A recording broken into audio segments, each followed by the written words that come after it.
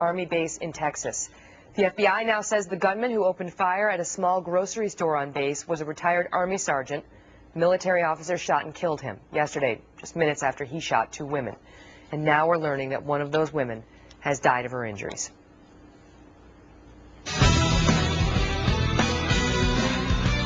Well, new questions today about the White House and its handling of private information involving a wealthy political adversary.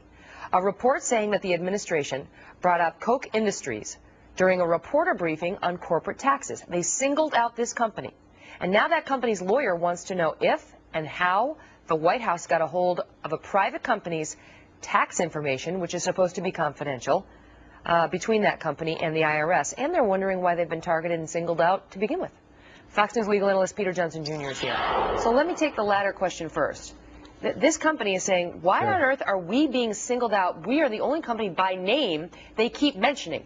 At least 3 senior administration officials, including President Obama, have continued to mention Koch Industries, which has spent some money to oppose President Obama's policies. Well, the Koch Industries and the Koch family has been involved with an organization called Americans for Prosperity, which is a libertarian, small government, anti-healthcare, Tea Party supporting organization that puts its money where its mouth is.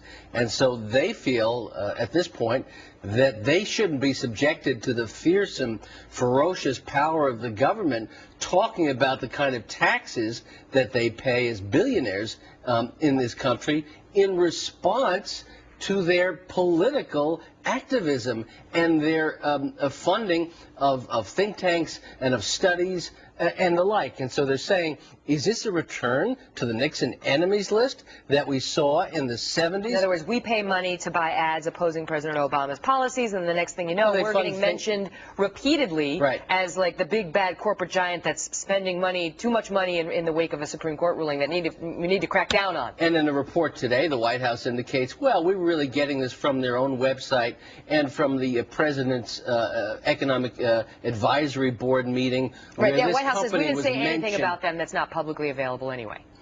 Well, even if it was publicly available, and I don't know that it is, this is a privately held company that we're talking about. And private tax returns are not public. This is not something that's traded on the New York Stock Exchange or the American Stock Exchange. Those tax returns are private. You need an authorization by Koch Industries to get their tax returns. Well, the White House says that no officials have access or are allowed to access private tax information. But I can tell you that we reached out to Koch directly, and they said we're not at ease in the wake of the White House's statement, just because they didn't necessarily look at the tax returns. What did they look at, if anything, and why are we being singled out?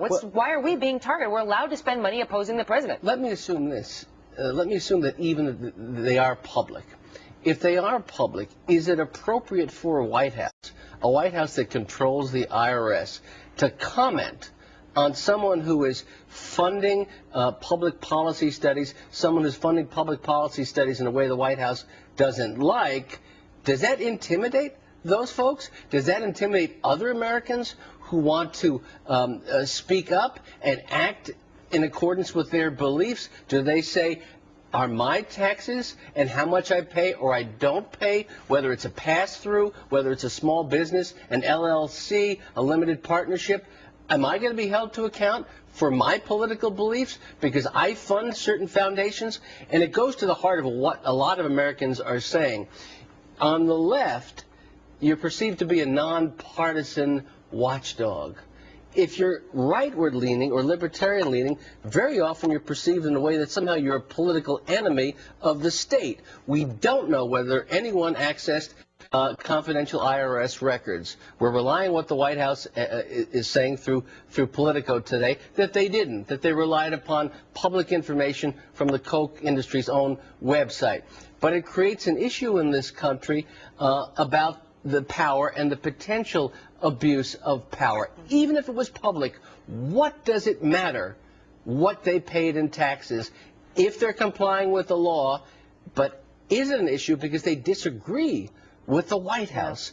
Single standard in this country, not a double standard. Just want folks to know that we're talking about Koch. It's K-O-C-H. It's not Coca-Cola Industries, just in case there was any confusion. Peter Johnson Jr. It's interesting. Thank you so much. Good to see you.